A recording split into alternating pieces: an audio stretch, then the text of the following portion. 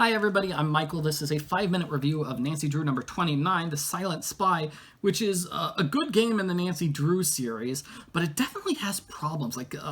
There's been multiple times I played through this game and I just got really stuck trying to figure out what to do next. It feels like the organization was not as strong. The dialogue is not so good. It feels like somebody took the original script and cut like huge chunks out or switched things around, and so it doesn't really quite make sense. Yeah.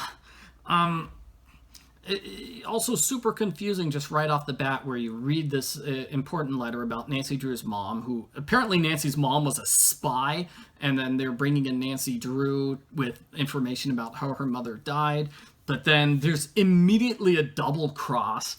And that was just a bit too much of an information dump at the start of the game. Nancy gets robbed, and then her contact, Ewan, just calls her. He's like, hey, I'll check with you later, bye. And then he disappears for like an hour, which I thought was terrible. Nancy is left to go to Moira, who is her mom's fellow spy. And Moira, as it turns out, is sort of the reason why Kate Drew died, because Moira brought her back for a top secret case. She lied to Kate Drew, saying she'd have constant protection when there's nobody there to protect her. And that's sort of what led to the death situation, at which we found out more about Nancy Drew's mother. Yeah, I wish there was more, but the game sort of changes focus, and it's more interested in the colony operation, where somebody is trying to release this deadly virus. They're basically trying to recreate the virus thing from 10 years ago, the one that Kate Drew stopped. They're just trying to reboot that, and Nancy's goal is basically figure out things and stop the virus. So she needs to find the formula for the virus and destroy it. She needs to find the scientist who created the formula, warn him so he goes away, and the villains won't be able to get the formula out of him. Yeah. And that basically becomes the focus, as opposed to finding out what happened to Nancy's mom. I kind of wish we had focused more on Nancy's mom, just a personal thing. Another storyline which is weird is that Moira gets kidnapped. The second time you meet her, first time you meet her face-to-face, people show up and they kidnap her.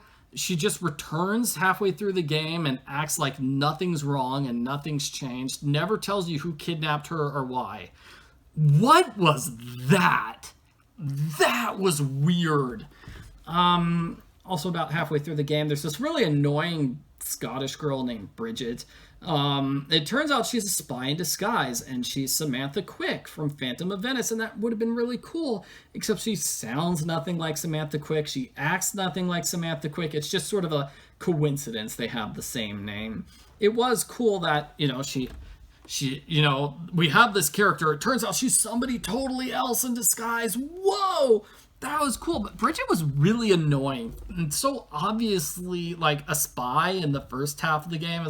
It wasn't that much of a surprise to learn she's actually a spy.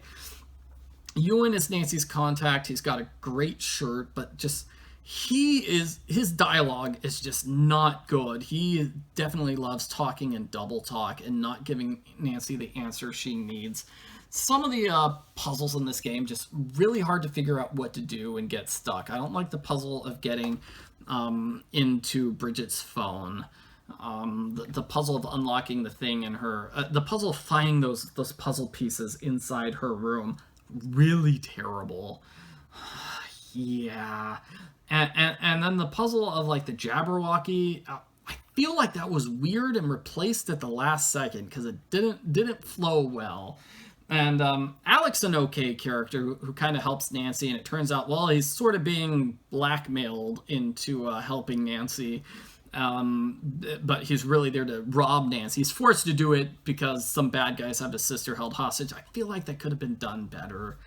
Yeah, the ending's okay, except the culprit reveal is terrible. The culprit's motive is like, hey, why are you trying to destroy the city? Why are you trying to murder a bunch of people with these biological bombs? And the culprit says, because I can, and that's all the explanation we get. But it was exciting at the final third, where I liked the flashbacks to Nancy's mom. Those were great. I did like the exciting sequence sort of at the end where somebody's firing at Nancy and then she gets caught in a trash compactor. Those are really cool, like intense, exciting sequences.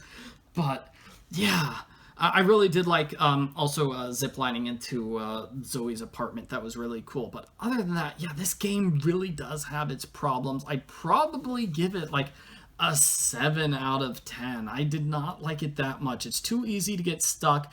The plot is just kind of all over the place. Like Moira's kidnapped, and that totally gets ignored. Yeah, and it was cool how Nancy got those threatening messages from the evil group that killed her mother. That was kind of cool too. But this game, which should have been all about Nancy's mother, just turned into this weird spy. I don't know. Phantom of Venice did a much better job with all the spy stuff. That's all I feel. All right, I'm going over my limit, and all I'm doing is complaining. So I'm gonna end this video now. Bye.